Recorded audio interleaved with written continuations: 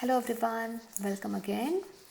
So now that we have set up the environment and created your Cypress project following the previous tutorial, it's time for us to get started and write our first Cypress test.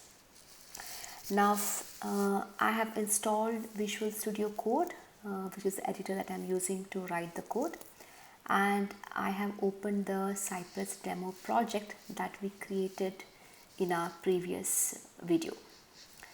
So to start with, Cypress provides a sample of integration test that you can view to see different kinds of actions and validations that you can perform with Cypress. So there are examples of different actions that you can perform. For example, type, click, focus, clearing a form or clearing an input or scrolling the screen. So all those actions are defined in the spec. Similarly, the different validations are covered over here. How to handle files, how to handle navigations. So Cypress comes with very useful examples or references that you can use within your application for handling different kinds of actions or the UI elements that you have. So to start with our first test, so let's create a new spec file. To do that, now in the integration folder, I'm going to create a new file and I'm going to say my first test.spec.js. There you go. So we have an empty file. So to start with, let us add a simple test which would navigate to the Wikipedia page and search something for us on Wikipedia. So let's get started. So I'm going to add a test. Describe basically is for you to define at a high level what your tests are going to be.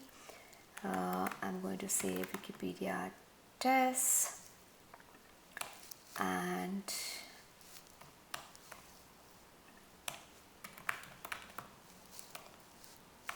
let's define it as a function.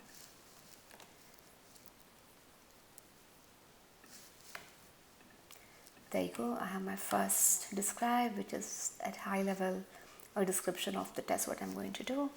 But then this, my first test is going to be search in Wikipedia.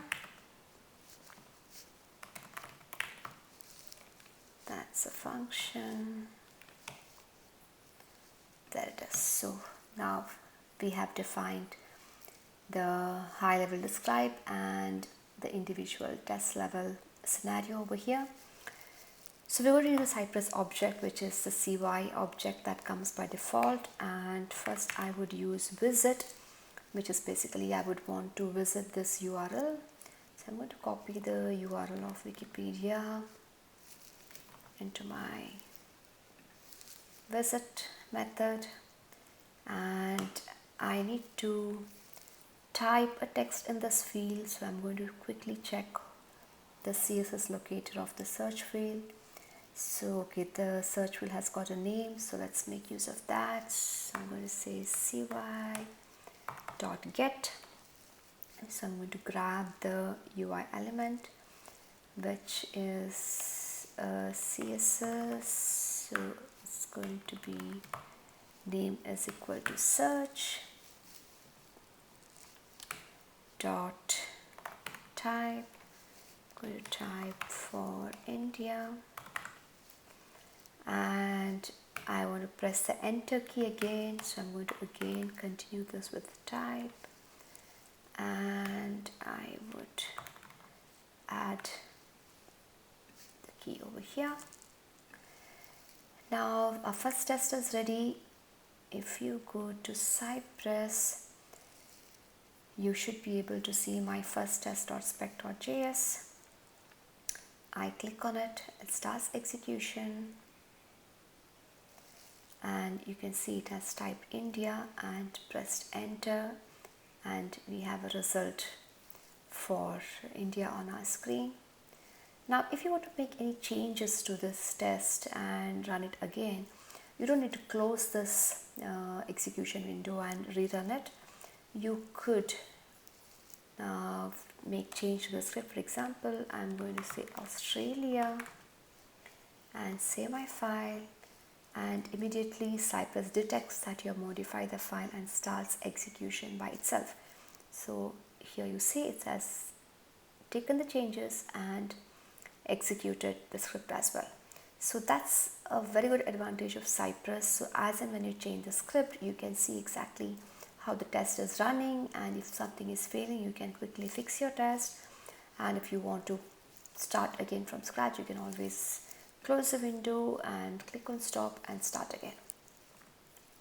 So this is a simple example of how you could write a simple first test in Cypress.